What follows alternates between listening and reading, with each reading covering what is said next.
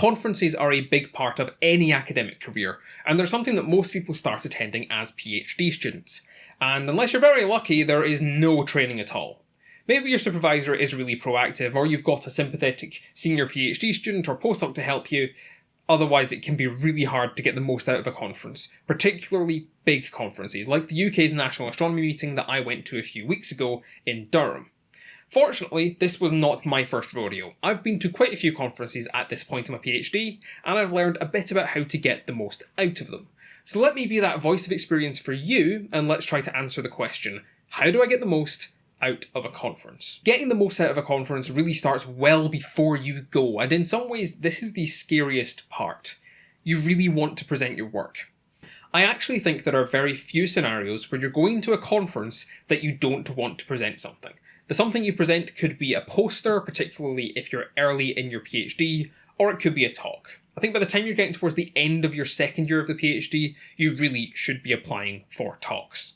Speaking at a conference is a big deal, and it can be scary, but it's also one of the best ways to draw a load of attention to you and your work, attracting the attention of the people you want to be speaking with, the people who work in your field. If you get a talk, you get 10 to 15 minutes where those people's whole job is to listen to you.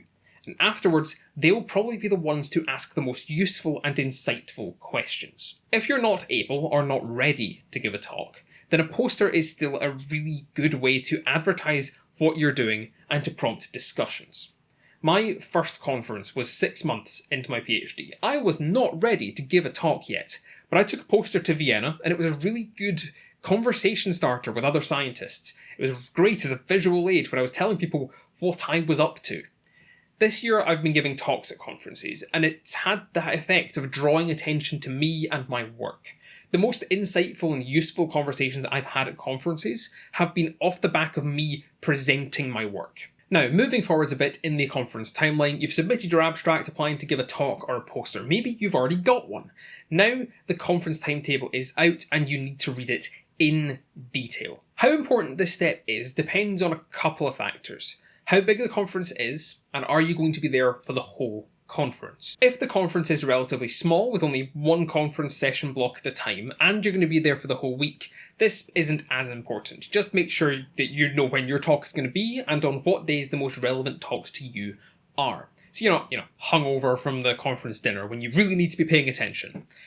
If it's a big conference, or you're only there for part of it, you're going to have to spend a bit more time and attention on this. This was the conference block schedule for the National Astronomy meeting in 2025. Each day there were 2 or 3 parallel session blocks, each containing 7 sessions. Now, not everything was going to be relevant to me, but there were times when interesting things clashed. Sometimes you can't get around that. For example, one of the clashes for me was with a session I was speaking in and co-chairing. Other clashes, I had to make a decision, and it's better to know that going in and make a conscious decision on what session you're gonna go to. This way, you maximise the number of relevant talks that you hear. If you're only going to be there for part of the week, you want to look at the timetable and see which talks you're going to miss out on. Looking back to the National Astronomy meeting schedule, this session on the Friday, titled Galaxy Formation Simulations at the Frontier, was incredibly relevant to me. If I hadn't been around on the Friday, I'd have missed out on those talks. If you're in that situation where there are relevant looking talks that you are going to miss, you want to find those people when you are there and talk to them directly. Don't let your own travel limitations mean you miss out on important information and connections. In fact, you might want to email those speakers, let them know you want to chat, something that leads us nicely onto one of the most simultaneously important and terrifying parts of going to a conference. Networking. I know, we all hate it. Networking is a socially awkward academic's worst nightmare, but it's kind of the point of going to conferences. Fortunately, it doesn't have to be as hard as we make it out to be in our heads. Let's look back at that scenario where there's an academic you want to talk to. These people can be hard to find. This is particularly true at big conferences, for rather obvious reasons. And for senior academics who tend to have way more Zoom calls they need to step away from the conference for, you can spend a lot of time looking for them spontaneously. This is where emailing them comes in. Knowing that you're looking for them makes the biggest difference in getting some time to chat with someone working in an area you're interested in. It doesn't have to be a long email, just something short that says, "Hi, I'm Thomas. I work on Galaxies with this person in Cardiff. I'd really like to have a chat this week about what you're working on and whether there's any potential to collaborate there. I'm around on these days, can we meet during one of the coffee slots?" It's surprisingly simple to get that meeting in place, and it's vital if you or the other academic are only around for part of the week, so go email them. Handling nerves when you actually go to talk to them, I'm open to any suggestions on that in the comments below because I haven't figured that one out yet. Sticking with networking for the moment, it doesn't have to be so structured as that. Conferences have a lot of informal time. There's the many coffee breaks and the long lunch break. Use these times to wander around the poster boards and chat to people. Chat to the people presenting posters, chat to random folk in the lunch line. If you're at a conference where you don't know anybody, try and get chatting to PhD students from other universities and join them for lunch or dinner in the city. If there are locals in that group, they normally know the best places. And go to the icebreaker events. Most conferences will have some sort of social events. Most have a quiz, or a drinks reception, or an early careers lunch. These are places to meet other new PhD students and start getting to know people who you'll probably see at future conferences and who may be able to recommend you to give talks at their university in the future. Networking is often seen as this sort of dirty word, like the people who do it are somehow gaming the system. But networking is a rather unique benefit of a conference, and it's something that's hard to do outside that environment. But of course, networking isn't the main reason we go to conferences. We go to conferences for the talks and to get a load of new information, and that deluge of new information can be overwhelming. In a 5-day conference with 3 sessions per day, 10 talks per session, you'll listen to around 150 talks. On top of that, there are the longer plenary sessions, there's all the posters and all the conversations you have with other people. It's one of the most extreme forms of information overload, and very few people can actually retain all of that information. So let's talk about how you can make the most of those relevant sessions. And we got some homework to do. We've already looked at the conference programme, but let's go back to that and look specifically at the talks in the most relevant sessions. The people giving those talks are the people you want to be paying the most attention to.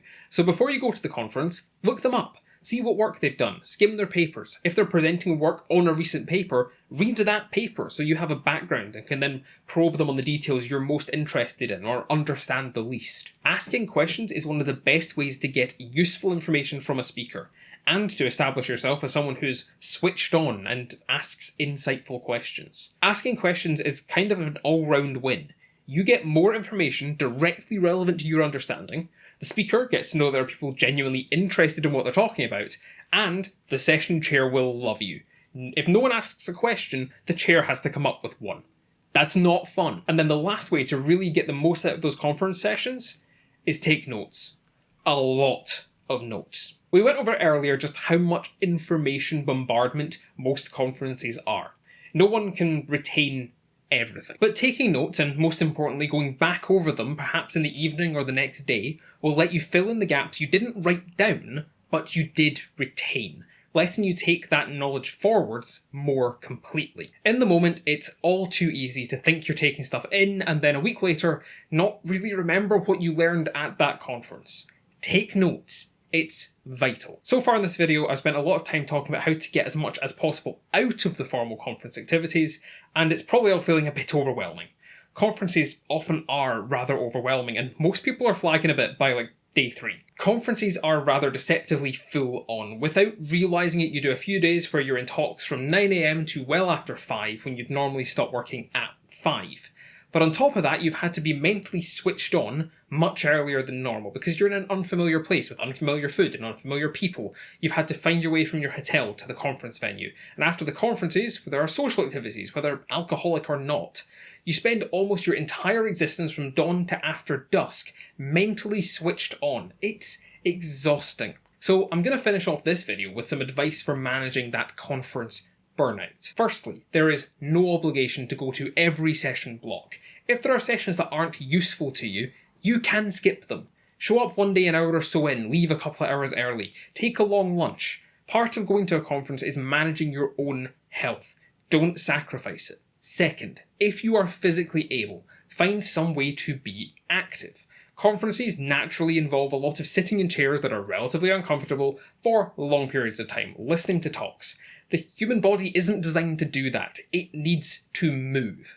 On top of the physical side of things, mentally, even moderate exercise is a huge help. Go for a walk, take part in the conference five-a-side football, even if, like me, you don't like football that much. One of the best things you can do is to go and explore the city you're in. For most conferences you'll go to, it's the first time you're in that city, and most cities have something interesting to see. Go walk around the old town, see a cathedral, walk along the river, go for ice cream. You can do this alone or with other people who need a bit of a break from the conference, and particularly those oppressive conference venue lights. Really, what I'm trying to say is that the conference is important, but don't feel bad for taking some time for yourself. I always find that by the latter half of the week, I need to not be sitting in a conference room for a bit. I want to go find a space to be alone for a while, not with other people, listen to some music, maybe do some work on my PhD, or maybe not. NAMM in Durham was great for this. They had quiet workspaces where I could sit alone and have a break. Not every conference will have this, but most will have some sort of space where you can sit away from others, or there'll be a nearby coffee shop where it's not full of astronomers. This stuff really helps, and I always come back to the conference feeling massively refreshed. So, I hope this guide to conferencing is helpful. This is entirely based on my own experiences, going to various conferences over the first couple of years of my PhD. So, your mileage on this may vary. If you have suggestions of your own, please do post them in the comment section below, particularly if you think I'm wrong. If you've enjoyed this video, please consider subscribing, and if you want to support what I do online further, consider joining my Patreon. For £3 per month, you'll support free content like this on the internet and get early access to videos. £5 Education Enabler patrons get an exclusive behind-the-scenes vlog and their names on screen in videos. The link is in the description down below. If you're looking for something else to watch, there is some recommended viewing on screen now. Good luck at your future conferences, and I will see you in the next one.